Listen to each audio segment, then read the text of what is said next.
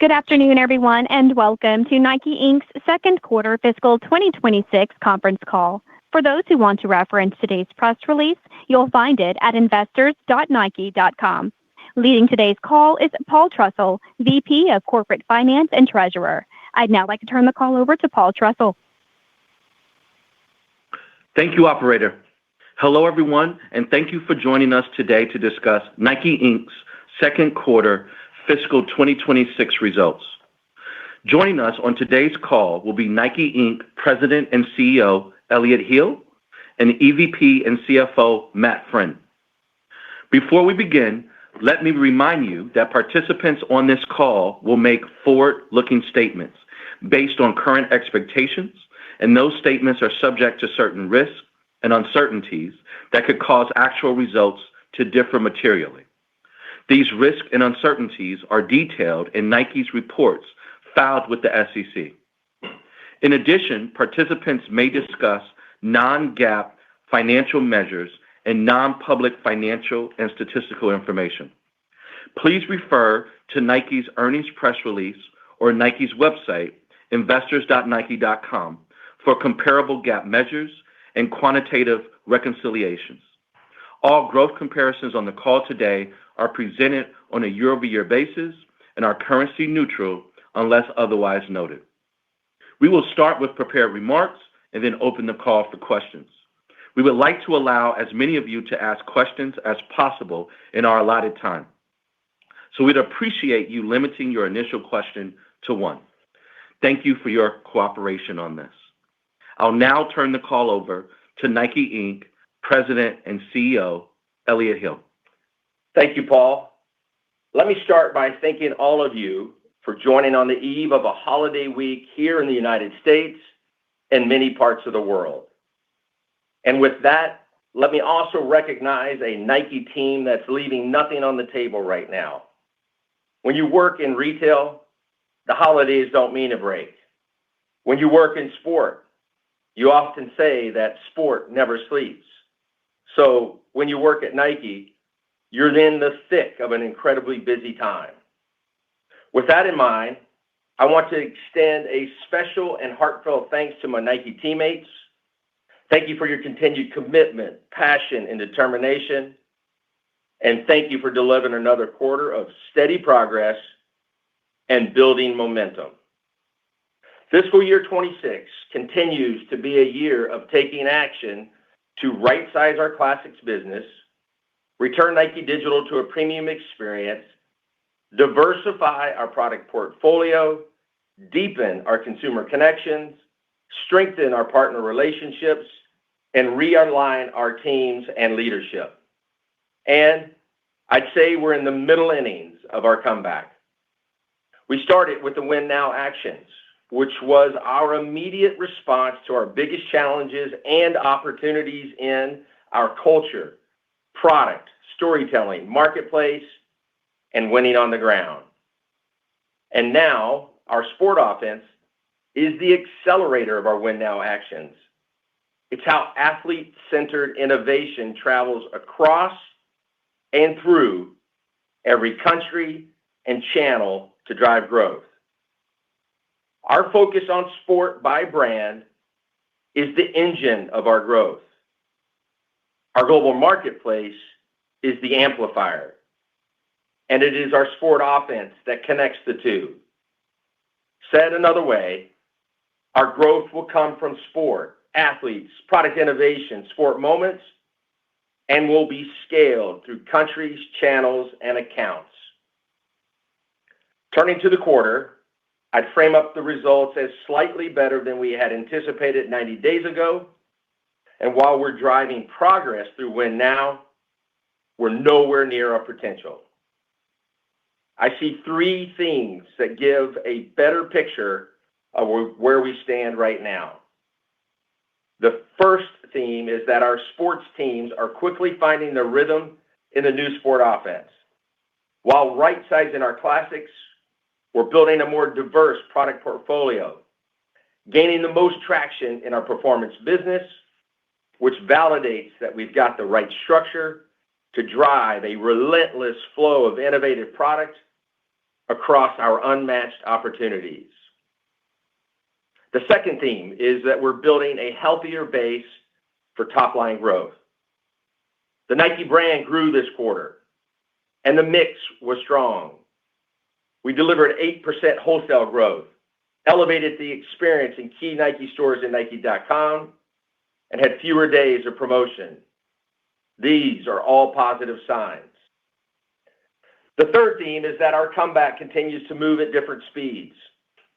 It won't be a straight line, but we're acting decisively to accelerate the lagging areas, with China at the top of that list.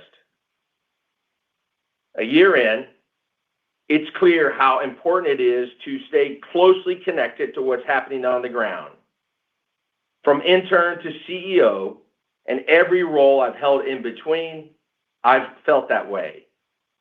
Which is why, as you likely saw this quarter, I announced a change in my leadership team. All geographies will now report directly to me. I'm confident this change will result in us accelerating our Win Now actions by allowing our geography GMs to more closely shape our strategy, drive faster decisions, and influence investments. The geography that is leading the way for Nike right now is North America. As our largest business, that's where much of our focus has been. With North America, we're working with the most diverse wholesale landscape, which gives us several strategic partners to segment and differentiate our multi-brand, multi-sport, and multi-price point portfolio. The team has done an excellent job of reconnecting with partners and getting sharper on the consumers we serve and those that we seek to serve. This quarter, that approach led to over 20% wholesale growth in North America, with meaningful growth coming from existing partners.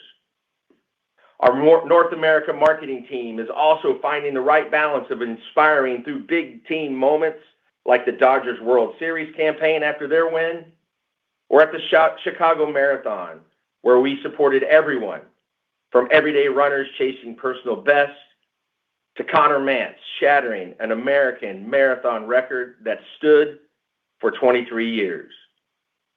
North America is driving a healthy, repeatable offense and showing us what winning looks like.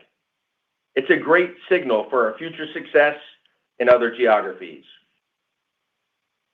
In Greater China, we highlighted last quarter that we were facing a longer road to a healthier business. We've been implementing the Win Now actions in our key cities of Beijing and Shanghai, leading with more storytelling of our product innovations, editing our assortments, and elevating the presentation of those assortments in targeted doors. What we've done is a start, but it's not happening at the level or the pace we need to drive wider change. The next step is to further adapt our approach to fit China's unique monobrand footprint and digital-first marketplace. The reset requires a fresh way of thinking from our Nike teammates and our Nike store partners, and it will take time. Over the years, we established our premium position in market share there because the Chinese consumer believes in our ability to innovate and inspire them through sport. I'm confident we'll get back to fulfilling that promise. China continues to stand out as one of the most powerful long-term opportunities in sport. That has not changed. Expect to hear, see, and feel much more about how we'll manage the China marketplace differently this fiscal year and beyond.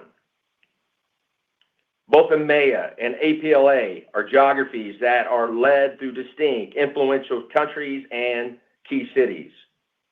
So we're moving quickly to resourcing our teams on the ground, including sales.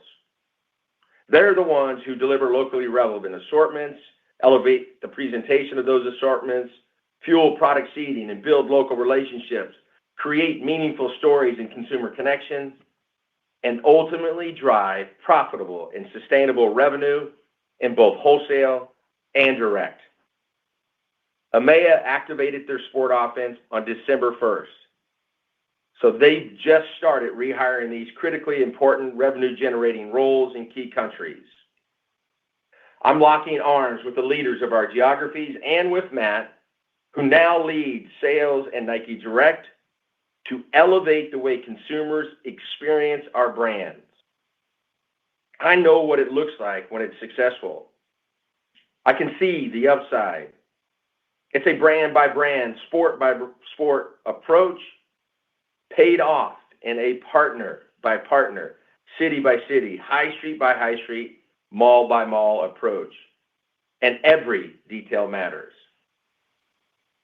Next, I'll share some color on how the sport offense is fueling a more diversified product portfolio through footwear, apparel, and equipment, and up and down price points. Our teams are determined to deliver a consistent product innovation pipeline. In January, Nike Running will build off of the strong start of our new stability shoe, the Structure 26, with the introduction of the Structure Plus.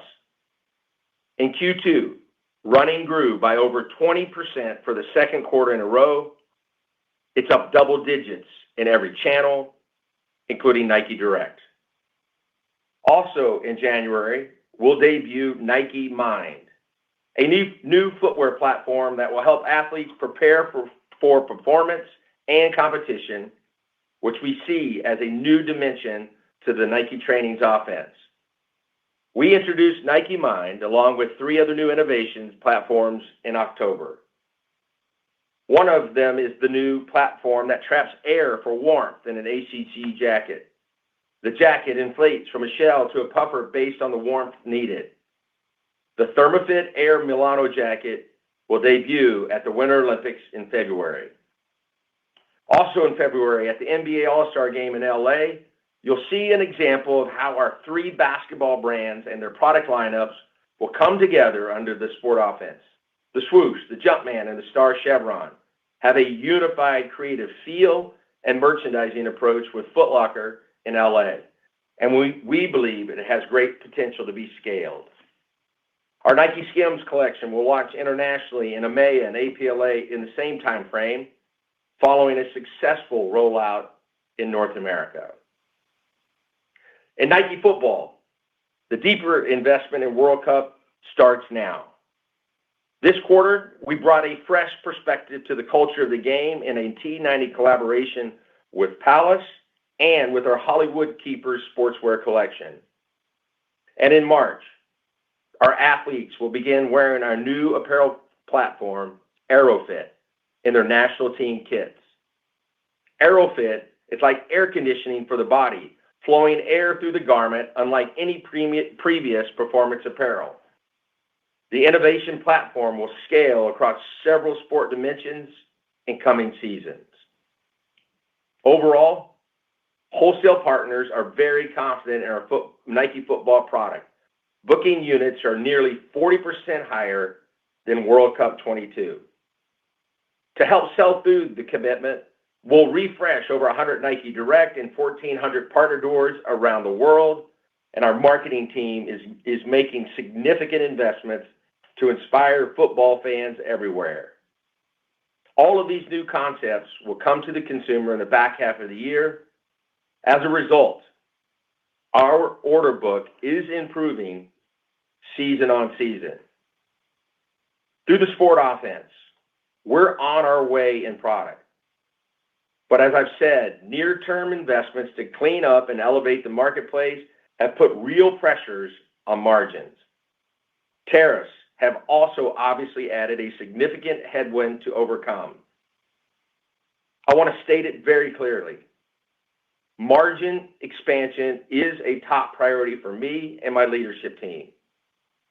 While it will take time, we see the path back to double-digit EBIT margins for Nike Inc.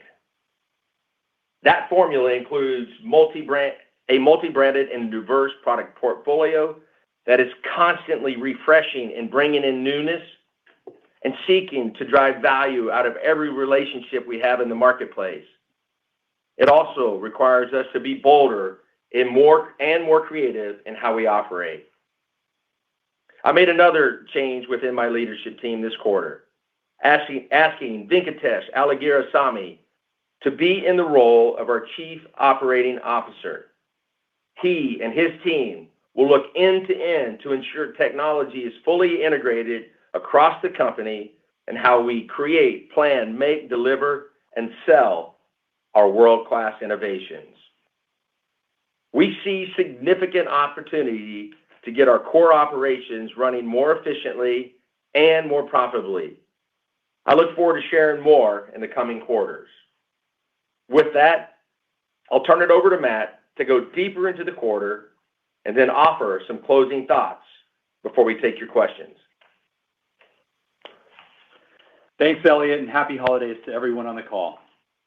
Our second quarter results demonstrated the resilience of our portfolio, with modest year-over-year reported top-line growth, despite managing headwinds from the actions we have taken to reposition our business. As I look back on where we are, 1 year from Elliott joining the company and moving forward with our Win Now actions, our business is in a better position. Sport dimensions represent a larger mix of the portfolio, led by running, and we are seeing momentum build in other sports. The Classics footwear franchises are on track to decline from peak levels by more than $4 billion by fiscal year end. Wholesale has returned to growth, with a growing order book globally in both spring and summer. Nike Digital has reduced promotional activity and is operating more strategically in sync with our partners. And inventory is in a healthy and clean position in North America and EMEA. While we are encouraged by all of this, as we have said, our progress will not be linear, as each brand, sport, and geography is recovering on a different timeline. And we continue to read and react every day in service of the long-term health of our brands. We highlighted last quarter that it will take more time to return to healthy growth in Greater China and Converse, and we expect headwinds to continue for the balance of the fiscal year. There are also puts and takes across EMEA and APLA. Meanwhile, North America and running stand out again this quarter, and we are growing more confident in our ability to sustain the momentum as we look forward. Being in the middle innings, as Elliott referenced, also means it will take time for the actions we have put into place to change the trajectory on EBIT margins. We have been navigating transitory headwinds to margin due to our Win Now actions and shifts in the business, including product and channel mix and continued inventory liquidation. As we highlighted last quarter, we are also navigating new structural headwinds from the $1.5 billion of annualized incremental product costs due to higher U.S. tariffs. This represents a gross headwind of approximately 320 basis points to gross margin in fiscal 26. And while we have begun to take actions to reduce this to a net impact of approximately 120 basis points, it is still a significant factor impacting our near-term EBIT margins amidst a turnaround in a very dynamic operating environment. All in all, we have made meaningful progress through our 5 Win Now actions. Yet there is more work to do, and our teams are hustling. For this quarter, revenues were up 1% on a reported basis and flat on a currency-neutral basis. Nike Direct was down 9%, with Nike Digital declining 14%, and Nike Stores down 3%. Wholesale grew 8%. This included a top-line headwind of approximately $550 million from the reduction of our Classics franchises, down over 20% versus the prior year. This means our currency-neutral revenue grew 6%, excluding the impact of this headwind.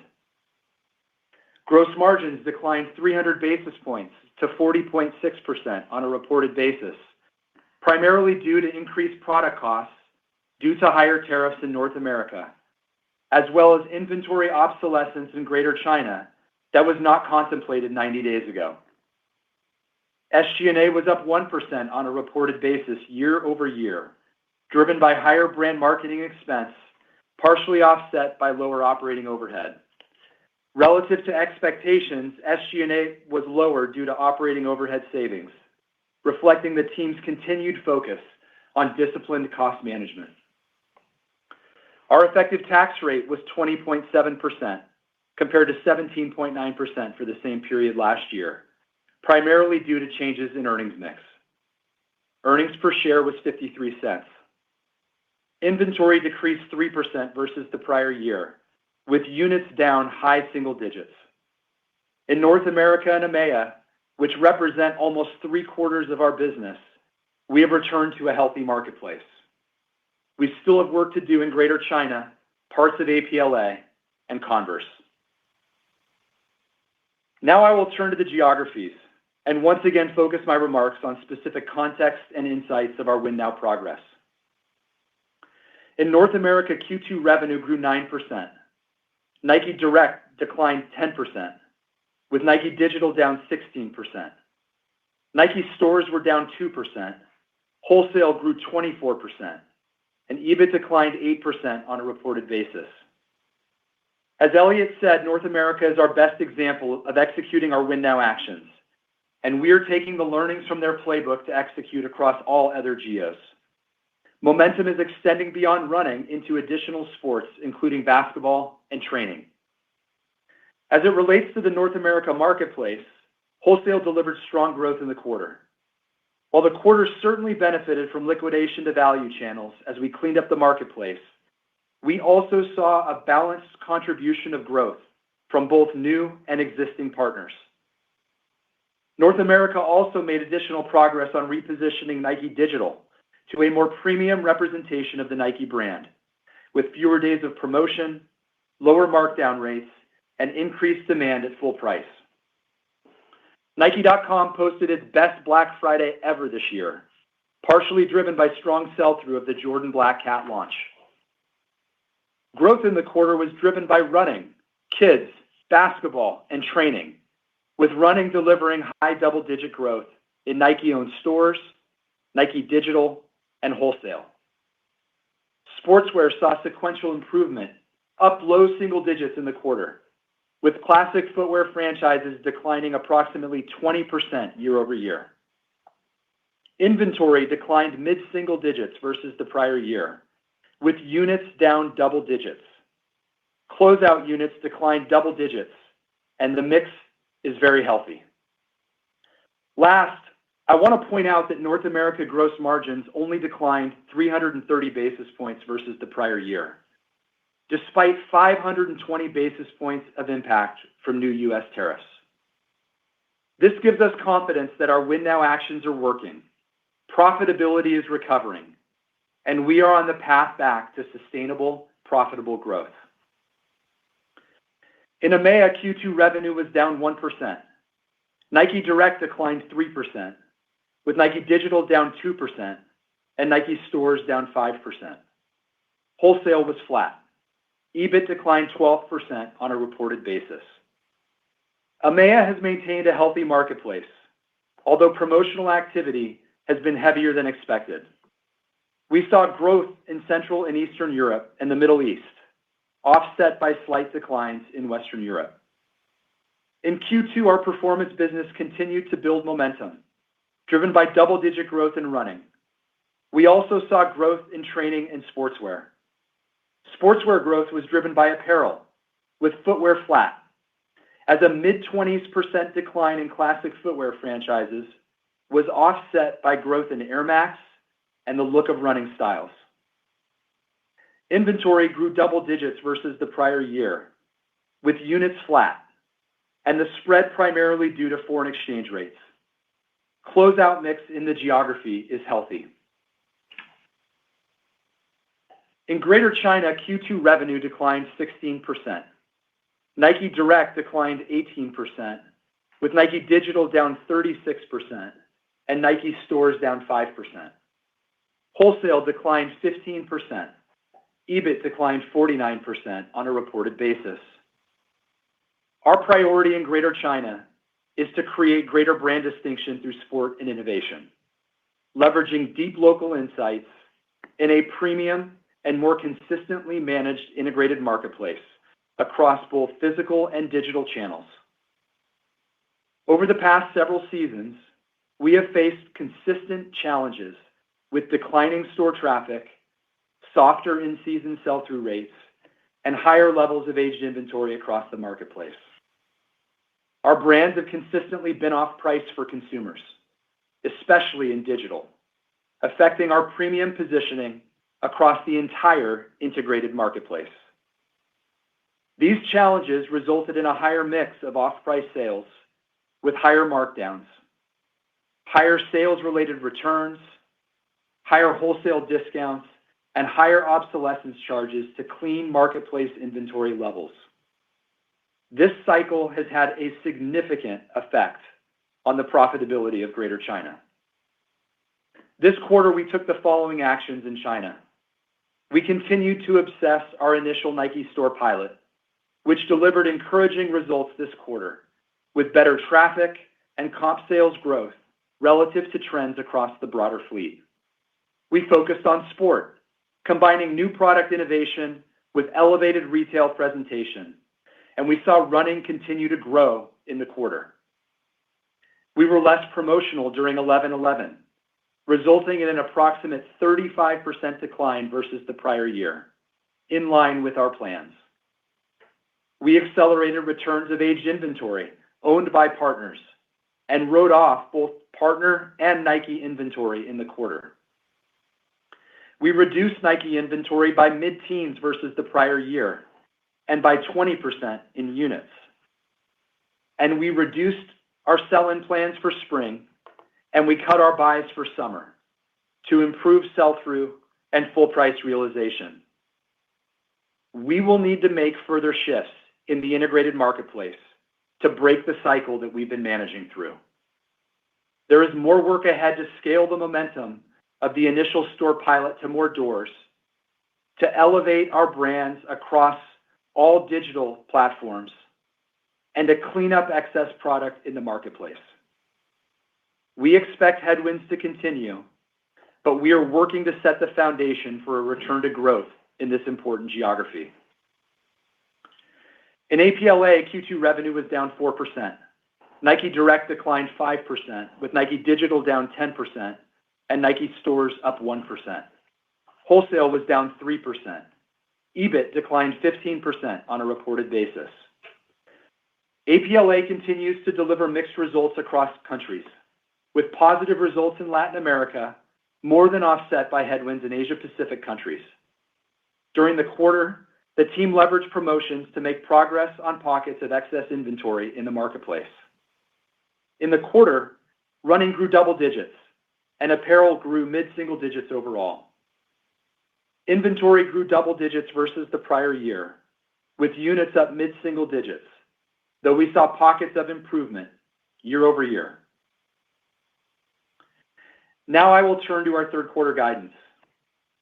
We continue to operate in a dynamic environment, both for consumers and our global business, and we remain focused on what we can control to make forward progress for the long-term health of our brands.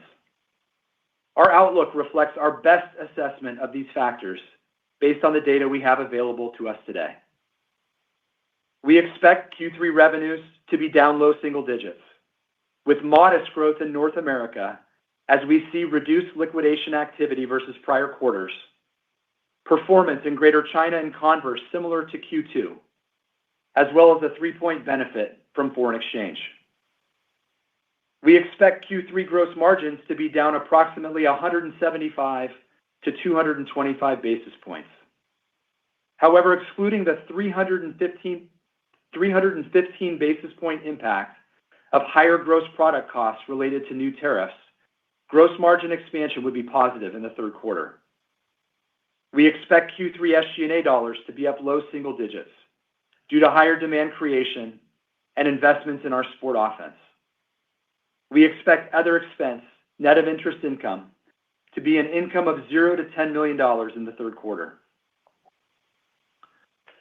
Now I'll close with a few final thoughts. We are making progress in the areas we focused on first, and we are increasingly confident in our path forward, led by momentum in North America. we are making the investments required to position our full portfolio for a recovery and making decisions in service of the long-term health of our brands. Operationalizing the sport offense, elevating the marketplace, and rebuilding our key city teams are critical priorities to return to sustainable, profitable growth across all brands, all sports, and all geographies. Finally, as you heard from Elliott, we are focused on improving the profitability and operating efficiency of our business and realigning costs while also investing to reignite growth. We look forward to sharing more in upcoming quarters. With that, I'll pass it back to Elliott. Thank you, Matt. This quarter, the Los Angeles Dodgers reminded us what it takes to win at the highest level. Back-to-back World Series titles, something no team had done in 25 years. They gave us a Game 7 for the ages. They didn't take the lead until the 11th inning. Down 3-0 early, every outside voice said, "It's over." But they kept chipping away. Every setback became a lesson. They leaned on each other. They believed when belief was hard. Manager Dave Roberts shared those insights with us at the opening of our new Nike store in Portland just days after that win. He talked about what guided his decisions, not just analytics, but trust, feel, and sacrifice. That included putting in bench player Miggy Rojas, who hit an improbable home run in the ninth, followed by a bases-loaded throw to the plate in the bottom of the inning. With one more out to go, Roberts swapped in Pajas, who immediately made a leaping, game-saving catch. Every decision mattered, and every player was ready when called upon.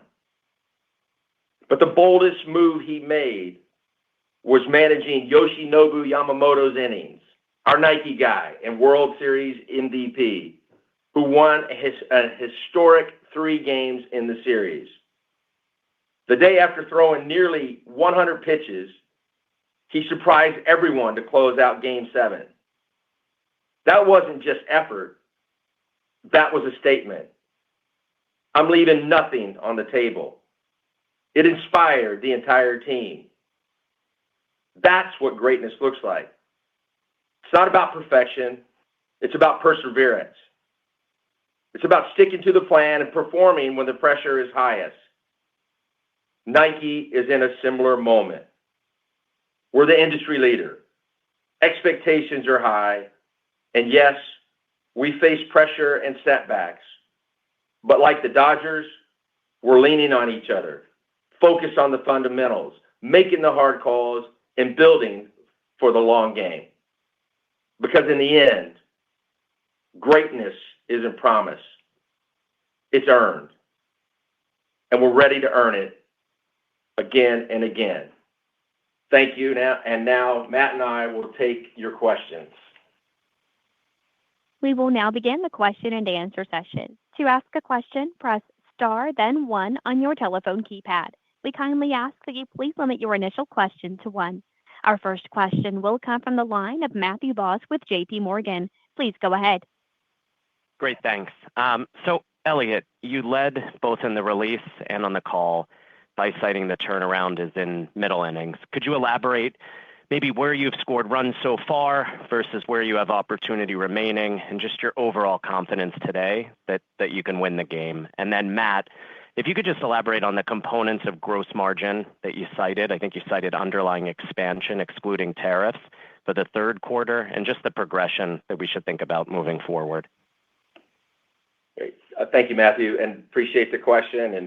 And let me start by saying the path back to sustainable, profitable growth is going to go through our win now actions, and they will be accelerated by our sport offense. And I would also say that I'm incredibly inspired by the way our teammates have responded to the actions in the new offense. The drivers of our growth right now for Nike, they came through the win now actions, which were our near-term actions around culture, product, storytelling, the marketplace, and winning on the ground with consumers. But it's our sport offense is the accelerator of those actions. It's how we take athlete-centered innovation, and it travels through every country, channel, and account to drive growth. And the sport offense is what's bringing the balance to our portfolio. We have a relentless flow of innovative product now coming across our three brands through multiple sports, performance and sportswear, men's, women's, and kids, and we pay it off across 190 countries. So we've had some meaningful progress, Matthew, over the last 90 days. Nike brand is growing. Sport is growing, with running leading the effort there at up over 20% and taking market share. We're beginning to diversify the portfolio, right-sizing our classics. As Matt said, we declined roughly $4 billion from its peak. North America grew 9%. Wholesale grew. Our order book for spring and summer is up. So we have a healthier base from which to grow profitable, sustainable growth.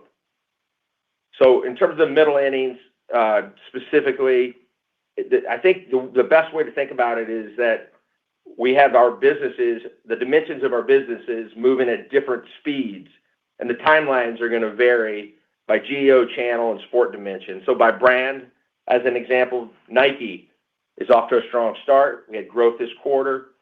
Jordan, I think, still has some room to dimensionalize beyond streetwear into things like Jordan basketball, Jordan training, etc. But we've seen some real good progress around streetwear there. We're resetting the marketplace for Converse under new leadership. In terms of product, performance is growing, but sportswear is still in the early stages of diversification. We've done a great job of right-sizing the franchises, but we still need to diversify that portfolio, middle innings. And then from a geography, North America's leading. EMEA just transitioned to the sport offense, followed by APLA, which, as Matt pointed out, had some mixed results. And then China has our longest road ahead. And that's why we're sitting here saying we're in middle innings. Great success in North America, work to do in China. But all I would say here, just to sort of close it out, Matthew, is the middle innings, while we keep saying we're in the middle innings, I will say this: the win now actions and the sport offense is working, and it will lead us back to profitable, sustainable growth. And Matt, as it relates to margins, I would just say that, our business is still in a transition in the middle innings, and we are navigating through both transitory and structural headwinds across the portfolio. But as Elliott said, we've made meaningful progress through the win now actions, and you can really see that in the progress that we made in North America in Q2. North America's gross margins were down 330 basis points, despite more than 500 basis points of a headwind to product costs due to the gross impact from the new tariffs. And so that's a marketplace where we're furthest along in repositioning digital. We're back to growth in wholesale, and we've made the most progress in cleaning up the marketplace. And so as I look ahead to Q3, we guided our margins to be down 175 to 225 basis points. That includes 315 basis points of higher product costs related to new tariffs. And so we expect expansion, excluding the impact of new tariffs, really reflecting the beginning of recovery of the transitory headwinds at the corporate level. And we continue to expect to see momentum building in North America, given where the state of the marketplace is. We're watching promotional activity in Europe, but inventory in Europe is in a healthy place. And then, as I mentioned, there's puts and takes across APLA. And we expect the trends in Greater China and Converse for Q3 to be relatively in line with what we saw in Q2 as we continue to take actions on both of those resets. And so I would say that overall, we're encouraged by the momentum and the progress that we're seeing, but we've still got some work to do. Our next question will come from the line of Ike Boruchow with Wells Fargo. Please go ahead. Thanks. Good afternoon. Thanks for taking the question. I guess maybe for Elliott, maybe a similar type of question as Matt's, but you've mentioned the recovery won't be linear several times. over the past year or in transition, and it totally makes sense.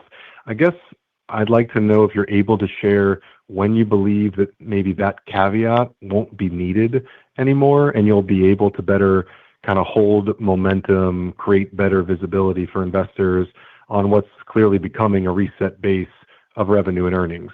Thanks. Yeah, thanks, Ike. Here's the best way that I would think about it is, each geo. Let's first start with the brands. Each of the brands are at different stages in terms of diversifying their product portfolio. We just got into the sport offense in September, so we got these small cross-functional teams. We're getting them up and running as fast as we can. Same thing's happening in the countries and key cities around the world. That's happening at different stages. And so we believe in the strategy, and we know that the path back to profitable, sustainable growth is through the Win Now actions. We also believe in the sport offense and our ability to create beautiful products and then pay it off in an integrated marketplace.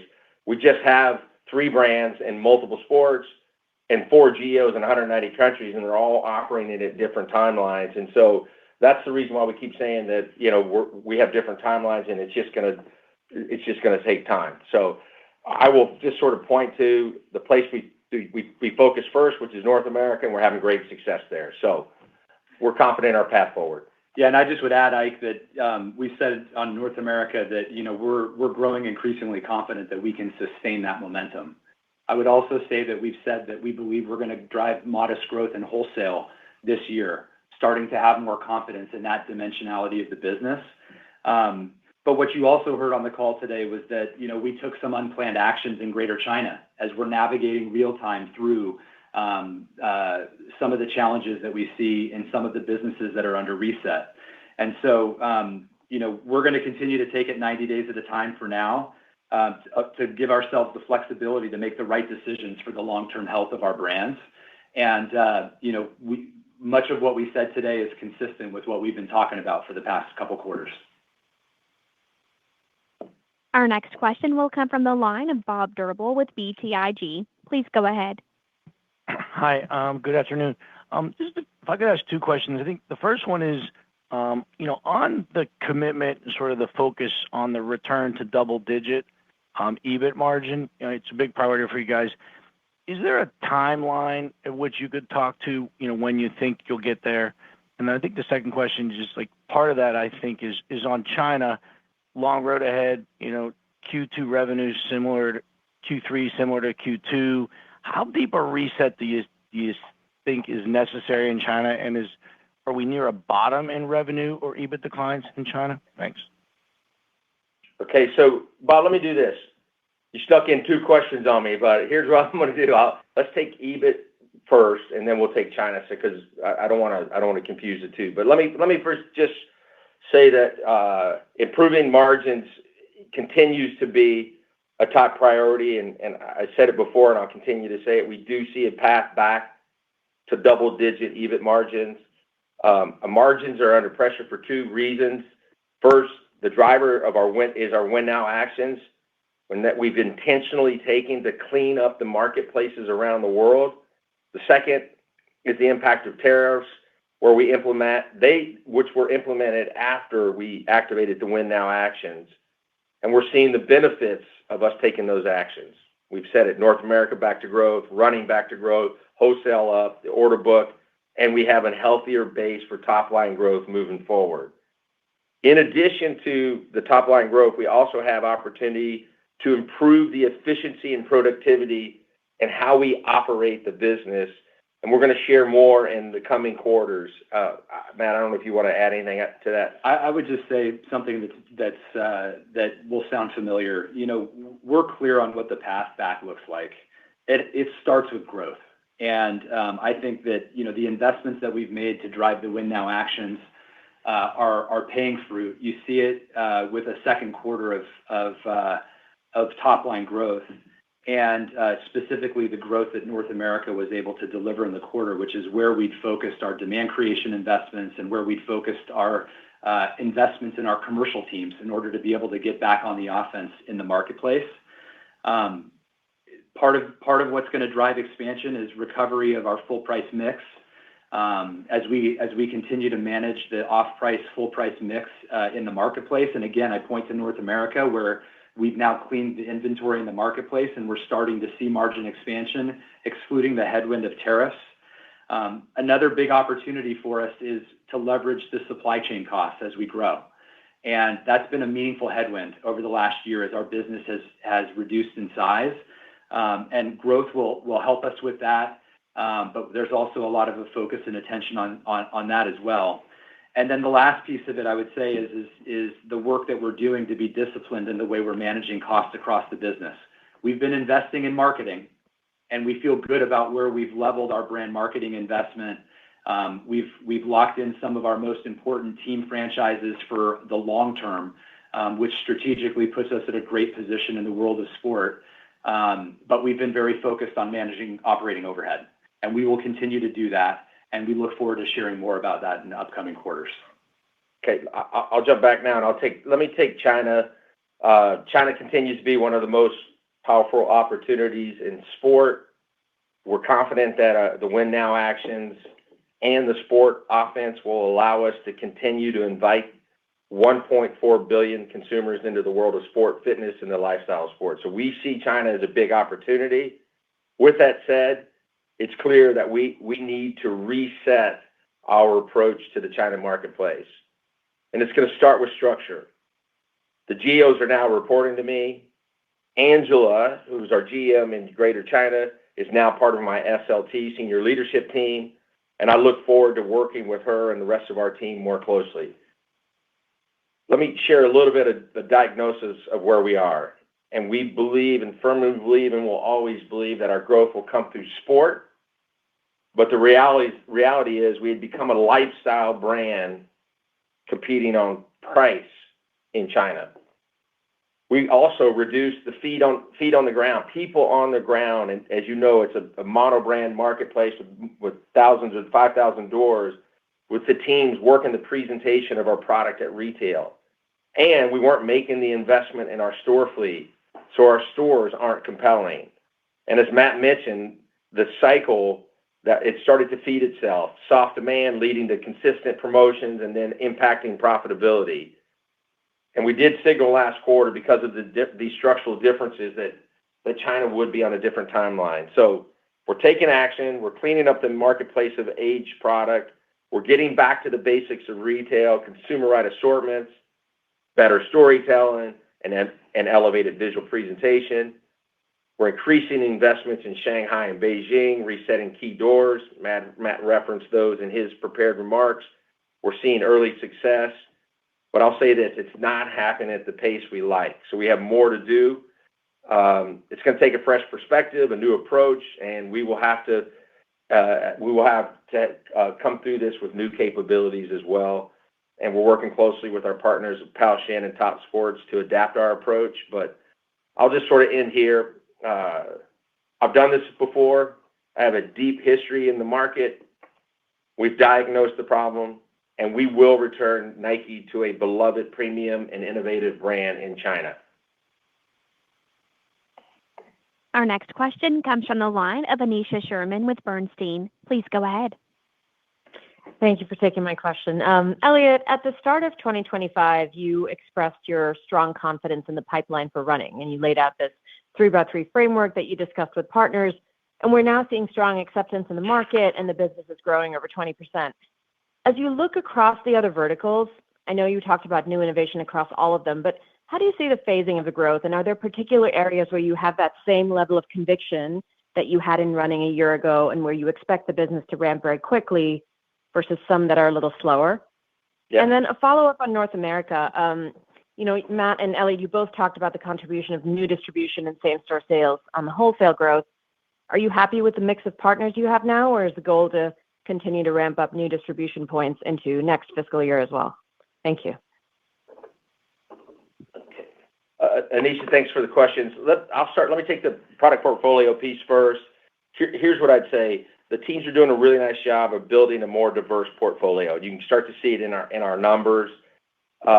We do have an unmatched portfolio with depth and dimension. across performance and sportswear, men's, women's, kids, footwear, apparel, accessories, and up and down price points. And we believe that moving into this sport-obsessed teams through our sport offense, we're already starting to see the pipeline and the flow of innovation coming through across the three brands, Nike, Jordan, and Converse. So we know when we focus on sport, we win. You called out running already. I will hit very quickly that we launched Vomero Premium as part of that 9-box construct that you referenced this quarter and had very good sell-through. And we also launched Structure 26, our new in our stability silo, and we're launching Structure Plus next month. So we're continuing to fill that out. But it's not just about footwear; it's also about apparel. We have some really strong apparel coming through in running as well. So we will continue to grow and dimensionalize running as Nike running as a opportunity. In terms of other business opportunities, global football, it's probably the furthest along in terms of their construct. We have 3 silos there, footwear silos, the Mercurial, Tiempo, which will launch in Q3, and then our Phantom, which had a really strong launch in Q1. So 3 silos, also connecting deeply with each of the consumers that play a different style of football. Apparel and footwear also dimensionalizes that opportunity. National team kits, World Cup, really strong read there, 40% up on the order book versus World Cup 22. Training, 24/7 apparel, continuing to diversify the footwear. I see that coming. That's not yet hit, but we feel good about what's coming from training and footwear. Skims had a successful launch. We launched in EMEA and APLA next quarter. At basketball, we're dimensionalizing through women's, Sabrina, Asia, and now we have Caitlin coming. And our men's business continues to do well. Jaw sold through extremely well. And then we just launched the GT Future, and we had kids lining up for that shoe. So starting to dimensionalize beyond, or dimensionalize the portfolio. And then I could dive into innovation a bit more further out. I think it's getting stronger every season. We're investing significantly in our Nike Sports Research Lab, and we're being intentional about connecting that R&D into our sport offense. And we announced a few big, which I talked about, product opportunity or product innovations, Nike Mind, and then AeroFit. So I feel good about the pipeline, and we see the response in our order book, which is up for the back half of the year. Maybe I'll jump in on Marketplace, Elliot, and then you can add to it. Anisha, we feel good about the North America Marketplace and our partners. We've got great partnerships. We've been working incredibly close with our partners as we're working to elevate the marketplace and reposition the Nike brand in a segmented and differentiated way across accounts and across the marketplace. Tom Petty and the team have just been crushing it in terms of leading us through our Win Now actions. And when I look at the order book for the back half of the year, the order book is very balanced in terms of growth between new partners and existing partners. And so we feel great about the quality of the growth that we see in the back half across a balanced, integrated marketplace.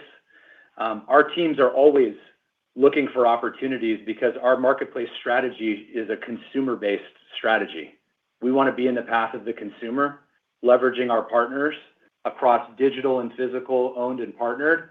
And so I wouldn't rule out the possibility of it, but I wouldn't say that that's what's needed in order for us to be able to sustain the momentum that we see in North America.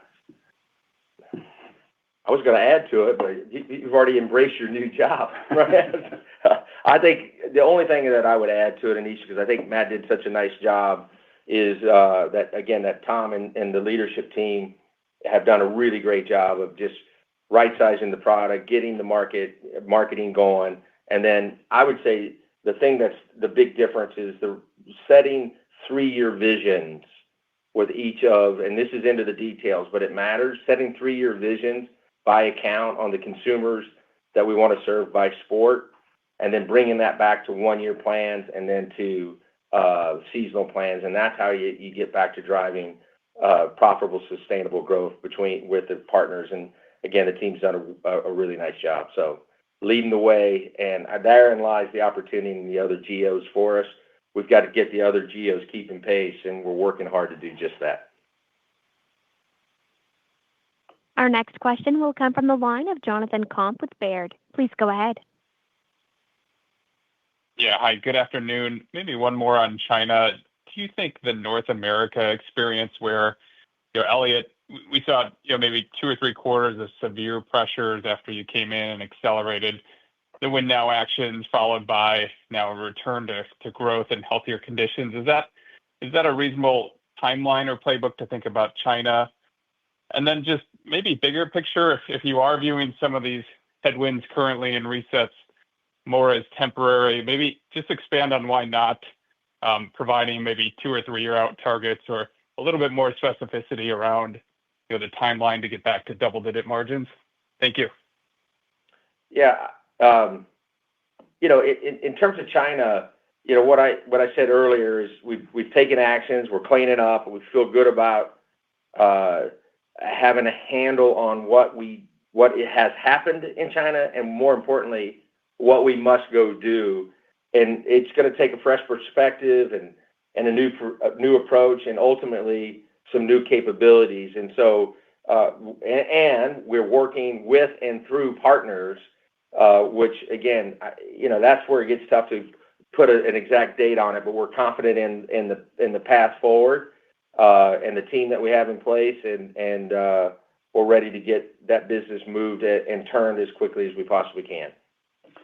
John, I'd just say on your timing question, we're operating in a dynamic environment for both consumers and for a global business.